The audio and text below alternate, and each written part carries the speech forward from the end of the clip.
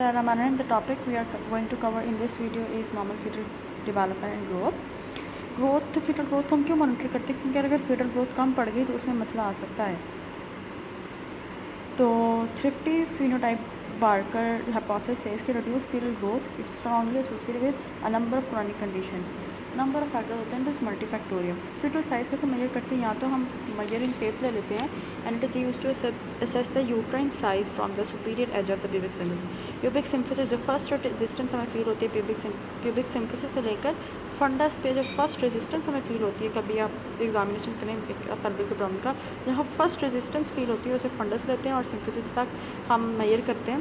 Superior edge of the pubic symphysis to uterine fundus, मतलब symphysis fundal height जो होती है वो मेजरमेंट कर लें, या फिर अल्ट्रासोनोग्राफी से मेजर कर सकते हैं हम specific part of the fetus, और उससे हम लोग जो है एस्टिमेटेड फीटल वेट निकाल सकते हैं।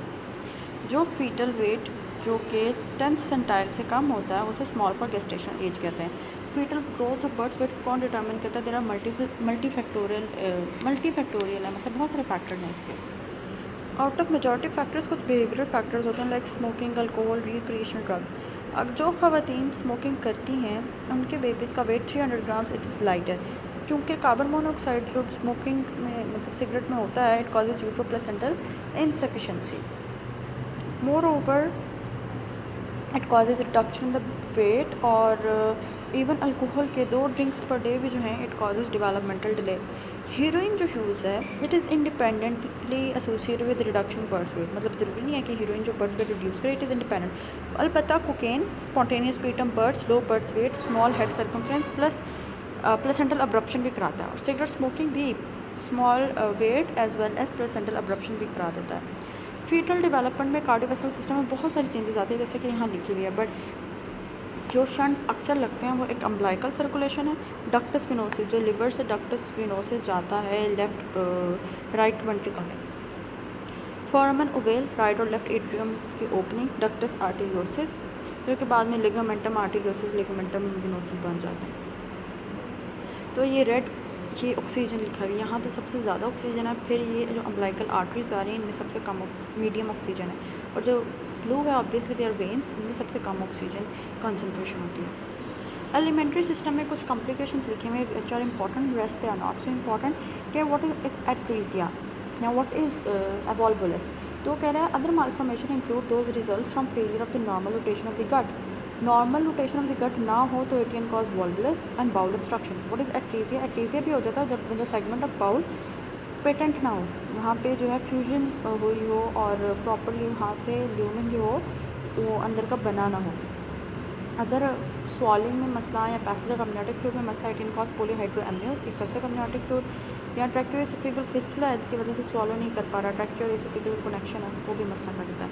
जिनको भी ट्रैक्योएसोफेगल फिस्टुला टॉप होता है उन्हें वेक्टरल भी साथ होता है, vertebral anal, cardiac, tracheal, oesophageal, renal और लिम्फ के डिफेक्ट्स अनॉमलीज।